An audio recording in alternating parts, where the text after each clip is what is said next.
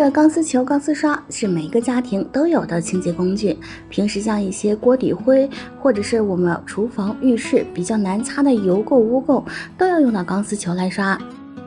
不过，不知道你有没有发现，这钢丝球用久了之后，里面呢经常会积累一些残羹剩饭，尤其是刷完烟机、灶具，上面呢还会积累很多的油垢。而很多朋友面对这些已经沾上油、沾上脏东西的钢丝球，就已经无从下手了。很多朋友呢，就是直接扔掉。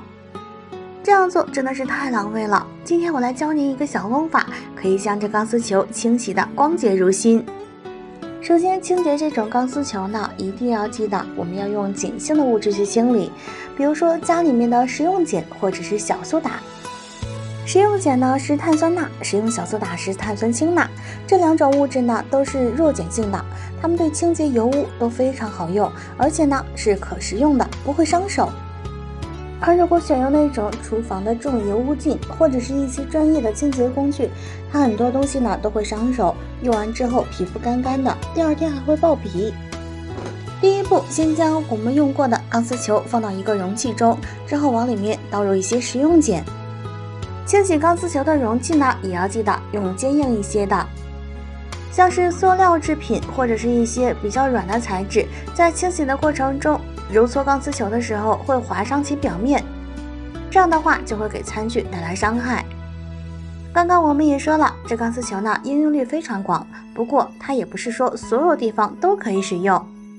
一般都是刷一些耐摩擦的东西，比如说铁锅的锅底、灶台之类的。而像是瓷砖、不粘锅、木地板、浴室的陶瓷用具，还有塑料制品，这些呢就不能用钢丝球去刷了。还有一点要注意的是，我们在购买钢丝球的时候，千万别图便宜从地摊去购买，很多劣质的钢丝球用的并不是钢丝，而是铁丝。铁丝第一点呢，它容易生锈；第二点，生锈之后，这个锈呢会对人的身体产生危害。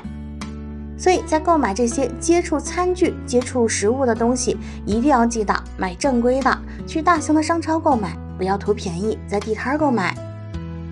先用开水给它烫一遍，脏水倒掉之后，我们再用开水给它漂洗一次，这样的话很多的油污都会溶在开水中。现在呢，这里面还会有一些残渣，大一点的残渣我们可以给它挑出去，小的残渣呢，一会儿我们用手揉一揉，这些渣子就会随着水流直接流走。这样经过2次用开水冲泡，看一下这钢丝球里面基本上呢已经没有什么过多的脏东西了。但是这些脏东西呢，大多数我们肉眼可以看到的，还有一些我们在刷锅的时候积攒下来的细菌，而这些呢是我们肉眼看不到的，这些才更加容易影响我们的身体健康。并且很多朋友都会发现，在使用钢丝球刷锅的过程中，每隔一段时间之后，钢丝球呢就会小段小段的掉钢丝，长久使用不仅会损伤锅底，其实呢还会影响我们的身体，因为这钢丝万一不小心吃进去，那可就麻烦了。另外在洗之后，如果发现上面有比较多的油垢，像是我们刷完灶具、刷完油烟机，这些油垢呢其实是可以用高温来给它烤成碳化状态的。将沾满油垢、黏糊糊的钢丝球给它放在火焰上烤一烤，上面的这些油垢呢就会被烤到发黑，形成碳化的状态。而碳化状态后，这些脏东西用手摸起来就不会黏黏的，而且呢特别好清洗。之后放上一些去污去油的东西，用手使劲搓一搓，碳化后的油垢就都可以被洗掉了。这钢丝球毕竟是金属材质，所以它在使用过程中最好不要接触酸性的物质，否则里面因为食物中的化学元素反应，可能会对身体健康产生影响。用火烧过之后，这钢丝球如果觉得它比较黑，颜色不好看，不想用了，其实呢也不要丢掉，我们可以用它稍稍改造一下。家里洗碗池的小漏篮，一般呢孔隙都比较大，很多残渣都会从这里面漏出去。其实我们可以将钢丝球直接给它绑在小漏篮底下，用一根绳子穿过漏篮，再穿过钢丝球，这样的话我们在使用过程中，一些小的残渣就不会从这里面漏出去。现在是冬天了，下水道中一旦有了一些油垢，天气冷的时候它就会变硬，而这些油垢越攒越多，很容易让管道形成堵塞。这时候我们就可以用钢丝球在下面多增加一层过滤，小的残渣不至于漏出去，这样的话管道堵的风险也要大大降低。现在我们就可以把小漏网重新安装回去啦。先把这些钢丝球全部塞进去，再扣上小漏网，这样的话我们在洗菜或者是刷锅的时候，有一些残渣落进去也不用担心啦。因为不光上面的小漏篮可以接住这些残渣，下面的钢丝球还是一层保障呢。看一下冲水的速度也丝毫没有受影响，水流很快就可以通过，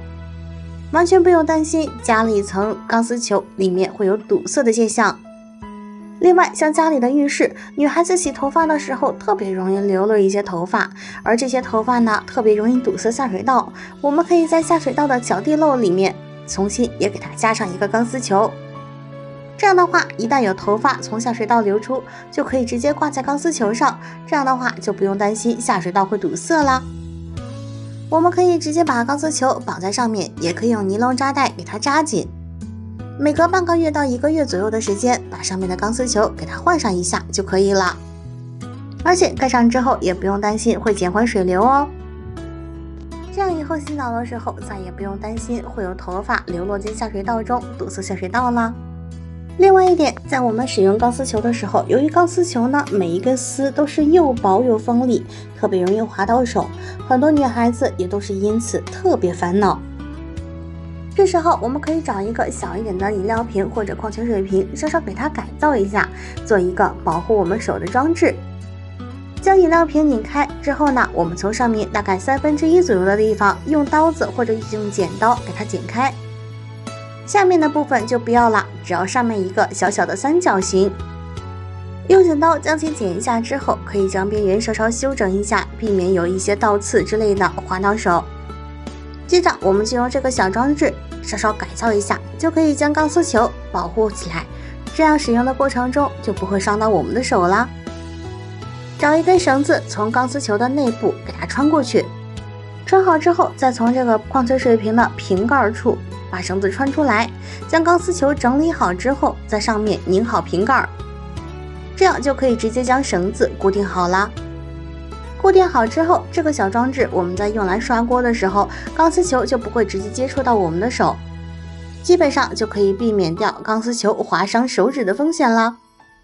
而且你在使用的时候也完全不用担心这样的方法刷不干净家里的碗盘。而且要记得，这个钢丝球只能刷一些坚硬的锅具或者碗盘哦，比如说电饭锅、不粘锅、铝制品等就不能用它来刷，这样的话不仅会破坏表面涂层，还会影响其使用寿命呢。好了，今天这个关于钢丝球的一些生活小常识就和您分享到这儿了。喜欢的朋友别忘了点赞、收藏、加个关注。感谢您的收看，咱们下期再见。